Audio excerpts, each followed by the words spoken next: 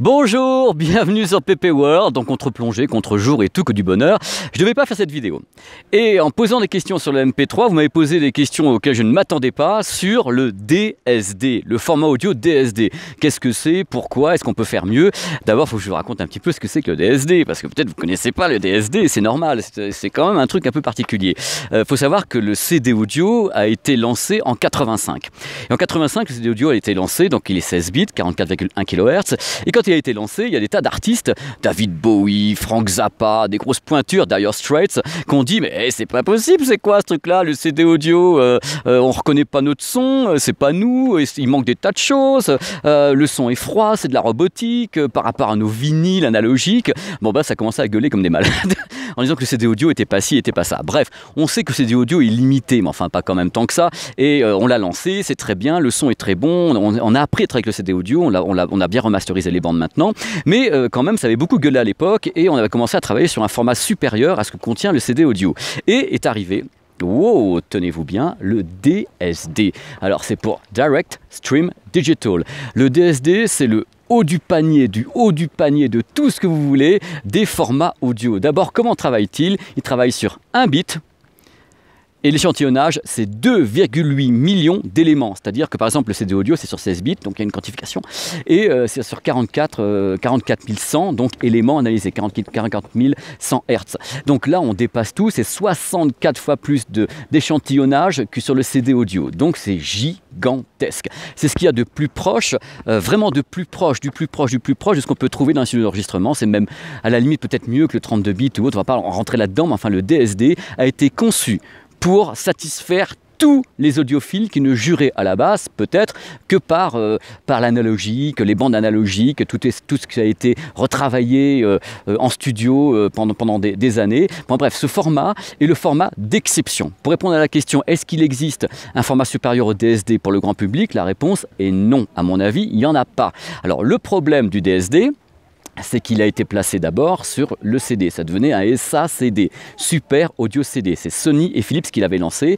Et quand on a lancé le Super Audio CD, tout le monde s'est dit « Ouais, c'est quoi? C'est Nawak, c'est Ravaillac votre truc, on a déjà le CD audio, qu'est-ce que vous balancez en plus le Super Audio CD ?» Donc ça a quand même fait un petit peu un flop sa mère.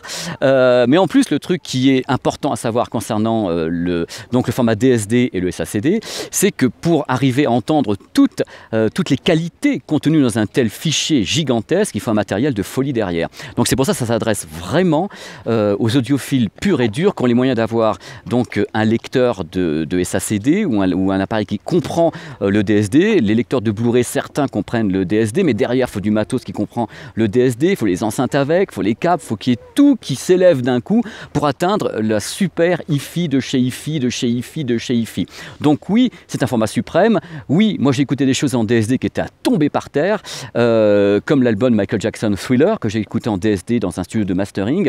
Bon, je peux pas vous dire que j'ai fait la différence entre le DSD ou le 24 bits parce qu'à un moment donné ça va tellement loin, c'est justement là que le problème se pose, c'est que est-ce que nous, même en tant que professionnels, on arrive vraiment à faire toute la différence quand on atteint des tels niveaux de qualité. Déjà certains CD audio remasterisés récents et autres sont sublimes, je le dis franchement, ils sont sublimes. On a fait en 30 ans des progrès sur la qualité du CD audio, la façon dont on travaille le CD audio qui est dingue. Quand vous écoutez un remastering justement de Michael Jackson Thriller, la version remaster par rapport à la version qui était sortie il y a 20 ans, c'est le jour et la nuit. Et pourtant, c'est toujours le CD audio. Donc, le truc, c'est que le DSD, à mon avis, reste un marché de niche total. C'est-à-dire qu'il s'adresse au marché japonais. Il y en a encore quelques-uns. Il y a des disques partout. On en vend. Mais il faut des telles machines derrière pour arriver à lire ça que c'est... Bon, bref, c'est bien de m'avoir posé la question, qu'est-ce que le DSD? Je suis content de vous avoir répondu. On rappelle les choses, c'est sur 1 bit, 2,8 millions d'échantillons analysés, donc royal au bar. Bande passante qui va jusqu'à 50 000 Hz, rapport signal-bruit quand même jusqu'à 120 dB, alors que le CD s'arrête à 96 dB. Pour information, il faut savoir également que les fichiers DSD sont juste absolument énormes, c'est-à-dire que vous avez le DSD, c'est bien gentil, mais enfin il fait, le fichier de l'album fait 2 gigas, 3 gigas, c'est le bonheur dans la maison. Donc il faut arriver à les manipuler, ces fichiers. Vous avez soit un SACD, le disque, soit vous avez des fichiers que vous pouvez acheter sur les sites américains, DSD.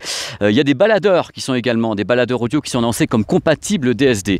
Alors ça veut dire qu'ils comprennent le DSD, c'est-à-dire qu'ils sont capables de l'assimiler, qu'ils soient en 2.8 ou en 5.6.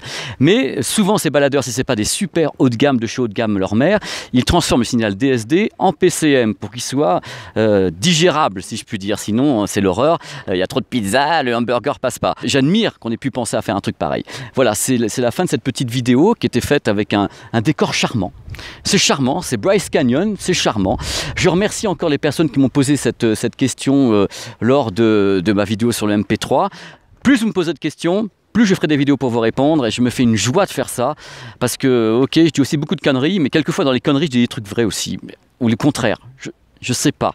Voilà, dans tous les cas, je suis content d'avoir été là avec vous pour parler un petit peu du DSD, un format que j'ai connu quand j'étais jeune, et j'avais des cheveux, ou un truc qui ressemble à des cheveux, ou je sais pas quoi. Allez, au revoir, et à très bientôt sur PP World, la chaîne qui risque tout pour tout.